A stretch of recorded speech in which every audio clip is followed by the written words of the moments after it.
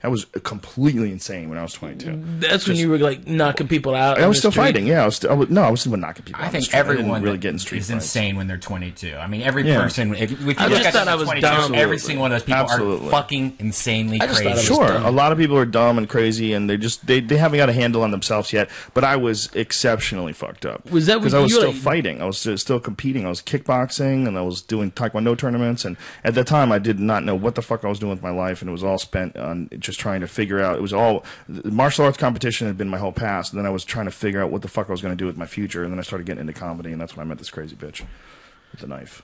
The knife. What was it like coming from Boston with Denis Leary being around every corner and hearing about, Bill Hicks and that stuff? Well, I was a huge Denis Leary fan first. Oh, really? I was a huge Denis Leary fan, man. I came to see Denis Leary once. I paid to see Dom Herrera, and Dom missed his flight. Something happened, or they rescheduled or whatever. So, and Denis Leary was the headliner. I was like, oh, who's this guy? Where's Dom Herrera? Shit. I was like bummed out. But Leary went up and just lit that fucking place on fire, dude. He destroyed. I heard he was a beast. And I remember thinking, whoa, like, who's this guy? I never even saw this guy before. And I was like, I think I'd maybe gone on stage once. I was like a total raw open micer. I was paying to see this local show on a date. And I remember I told all my friends. I brought my roommates. We went to see Denis Leary at Nick's Comedy Stop, and they were like, holy shit, this guy's killer. It's awesome. And then it was like maybe a month or two later, Hicks came into town.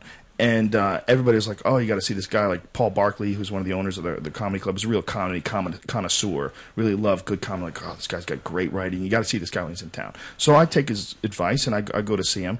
And I see great writing, but I've heard these premises before, and I've heard the bits before. I've heard a couple of them. Yeah. And like there was like holy shit, this guy's like doing the same stuff that Leary was doing. Like the same premises about like Jim Fix dying of a heart attack while he's jogging. There's like a few of them. They were like, I don't remember if that was the specific one. There was a few of them. They were like really the same jokes and the same bits. So I asked like the local comics, I go, what the fuck is up? And their response was, Leary steals. They're like, really, Leary just fucking steals. He's a thief. I was like, wow. So he's stealing from this guy? So this guy was like this, like, the really most unique weird, thing. introspective, really intelligent, like, guy who, like, really was looking deep into shit and taking mushrooms and going on peyote trips and trying to find himself. And then I guess some people were just feeding off of it, I know in Houston, he let me open for him once at the Laugh Stop. Hicks did? Yeah. Really? Because I've been doing stand-up comedy. What year was this? 91. Wow.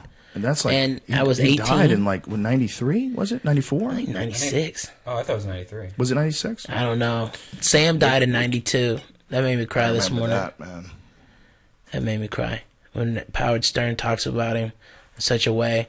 I have a connection with a couple of radio guys like that, where he talks about we'd had Sam over. 94. We knew he was out of control.